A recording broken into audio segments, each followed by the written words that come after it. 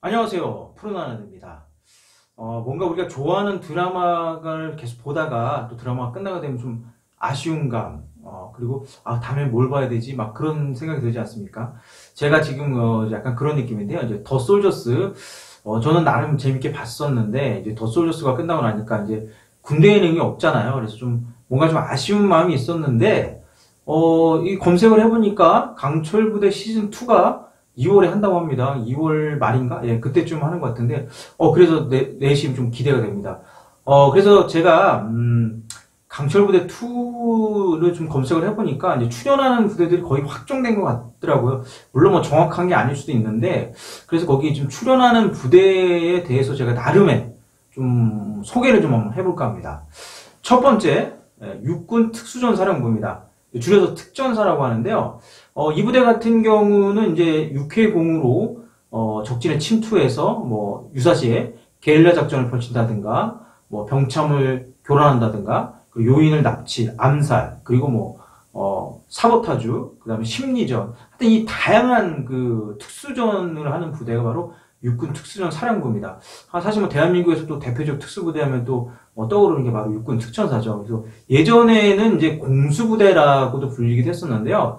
이제 엄밀히 군사용어로 볼 때는 이제 공수부대 개념하고는 약간 다릅니다. 이제 군사용어로 볼 때 공수부대는 미국의 이제 82 공수사단이나 101 공수사단처럼 이제 대규모 병력, 예를 들어 포병, 보병, 경장갑, 이런 장비들이 투입돼서 이제 적군의 정규부대와 전면전을 펼치는 부대를 사실 공수부대라고 하거든요. 그런 의미를 따져보면은, 물론 특전사가 공수부대 역할도 하지만, 이제 사실은 특수전을 하는, 그리고 소규모로 침투해서, 적 지역에 소규모로 침투해서 특수전을 담당하기 때문에, 이제 그런 개념으로는 약간 공수부대 개념하고는 좀 다른 부분이 있습니다. 어찌됐든, 대한민국 대표 특수부대로서 상당한 전투력을 가지고 있는 것이 바로 특전사입니다. 안 되면 대기하라. 네, 두 번째, 해군 특수전 전단인데요. 이제 UDT-C라고 합니다. 사실 이제 UDT 같은 경우는 이제 뭐 최근에 뭐 방송이나 또 그 예능에서 많이 소개가 되어서 일반인 분들도 많이 알고 계실 것 같습니다. 그리고 또 아덴만 여면 작전을 또 성공적으로 수행해냄으로써 또 대한민국 특수부대 우수성을 세계 속에 나타냈었는데 이 부대 같은 경우는 유사시에 뭐 수중 폭발을 한다든가 그 다음에 해양 정찰 또 뭐 대테러 진압 그리고 뭐 첩보 획득, 뭐 암살, 직접적인 타격, 뭐 이런 다양한 훈련을 합니다. UDT-C라고 하잖아요. C이 이제 Sea, Air, Land인데요. 그러니까 뭐 바다, 하늘, 땅에서도 이제 전투 작전을 펼치는 그런 부대라서 사실 또 이제 뭐 특전사와 더불어 또 대한민국의 대표적인 특수부대가 바로 UDT죠. 근데 그 아덴만 여명 작전 이후에 이제 UDT 같은 경우는 상당히 그 우리 한국군 내에서 서구화됐다고 합니다. 이게 서구화됐다는 의미가 뭐냐면 장비라든가 여러 가지 분위기들이 되게 현대화됐다는 얘기거든요. 그래서 지금 제가 알기로는 이제 전군에서 유일하게 HK416 계열의 소총을 사용하고 그리고 이제 지금 또 전투복도 멀티캠으로 바뀌었잖아요. 그리고 여러 가지 장비들도 상당히 현대화되었고 미국 네이블실뿐 아니라 이제 전 세계 해군 특수부대들하고 이제 교류나 훈련을 많이 하기 때문에 상당히 이제 세계적 수준으로 올라왔다고 합니다. 그래서 어찌됐든 UDT는 한국군 내에서는 상당히 서구화된 부대. 예, 그렇게 꼽힌다고 합니다. 불가능은 없다. 네, 세 번째, 707 특수임무단입니다.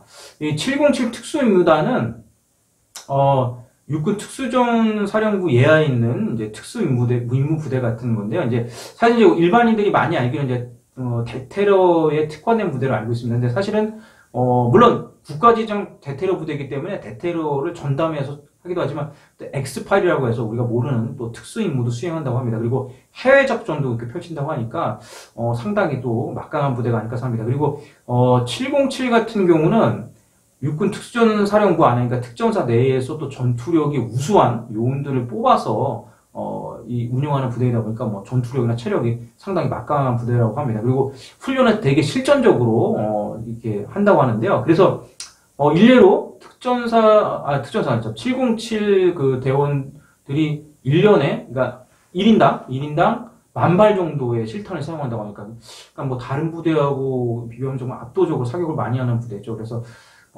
정말, 또 이 대한민국에 내노라는 또 특수부대가 아닐까 생각합니다. 또 이 모토가 있지 않습니까? 그, 행동으로 논리를 대변하고 결과로서 과정을 입증한다. 네. 707 특수임무단입니다. 네 번째, 해남구조대입니다. SSU라고 하는데요.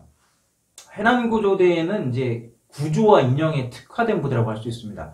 그러니까 전투부대는 아니고 비전투부대인데, 평시에는 이제 뭐 대민지원이나 또 해양 사고가 났을 때 인양이나 구조 임무를 하고, 전시에는 이제 전투 구조 임무라고 해서 예를 들어서 뭐 함정이라든가 뭐 상륙작전 시에 침몰한 그런 배들의 인양이나 구조 활동을 하는 부대입니다. 그래서 훈련 강도 상당히 좀 극강이고, 그리고 극한의 상황에서 구조하기 위해서 다양한 또 훈련들을 진행하는 부대입니다.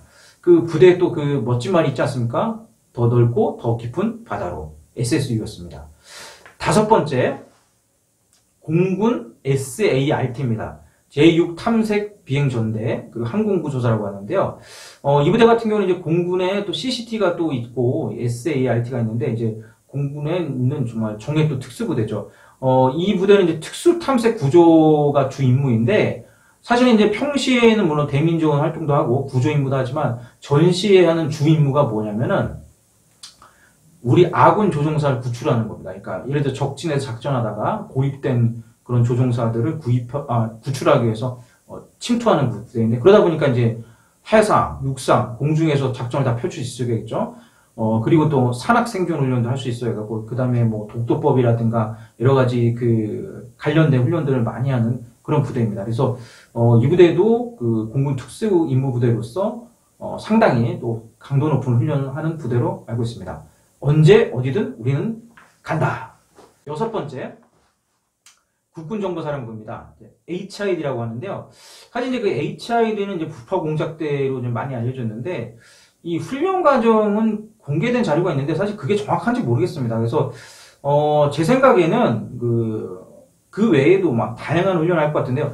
이 부파 공작이라는 것이 사실 뭐 우리가 이렇게 생각하는 게 단순한 그런 임무가 아니라 참 복잡하고도 참 위험한 임무이기 때문에 그에 관련된 훈련들을 많이 하지 않을까 생각합니다. 그리고 북한에 들어가게 되면은 적진에 들어가게 되면 거기서 또 생존도 하기 때문에 뭐 산악에서 생존하는 거, 그리고 적성 확인, 정무기들을 활용하는 그런 훈련들, 뭐 수영, 뭐 잠수, 또 공중으로 침투하는 방법, 해상 침투, 그다음에 육상 침투, 다양한 훈련들을 하는 것으로 알고 있습니다. 근데 공개된 자료만 봐갖고는 사실 모르겠더라고요. 그래서 어찌됐든 이 공작 임무라는 부대로서 또 모토가 있지 않습니까? 멋있게 싸우고 가볍게 죽자. 네, 상당히 그 베일에 쌓인 부대이기도 한데 지금은 좀 많이 알려지긴 했는데 멋진 또 대한민국 특수부대가 아닐까 합니다.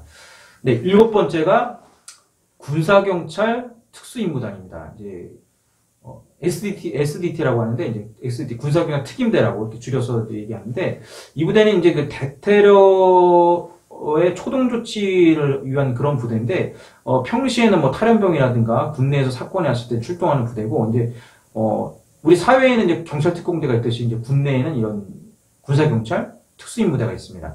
그리고 이제 전시에는 직접적으로 지역에 들어가서 뭐 타격 임무도 한다고 하니까 또 이 부대도 상당히 훈련량이 많은 그런 또 특수부대 중에 하나입니다.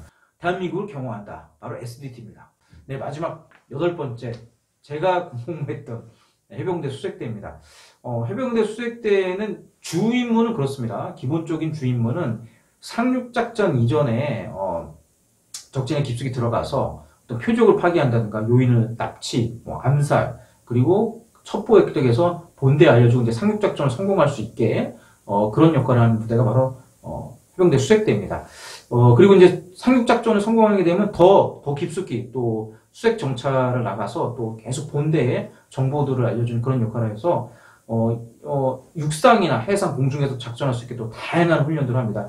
그리고 이제 2018년에 또 특수수색대가, 또 해병대 특수수색대가 이제 새롭게 창설이 되었는데, 이 부대는 이제 기본적으로 해병대 수색대 임무랑 비슷하지만 그 외에 이제 대테러 임무도 추가되는 부대로서 이제 간부 체계로 좀 운영하려고 계속 발전하고 있는 부대입니다. 그래서 이제 해병대에는 이제 해병대 수색대와 투수색대가 있습니다.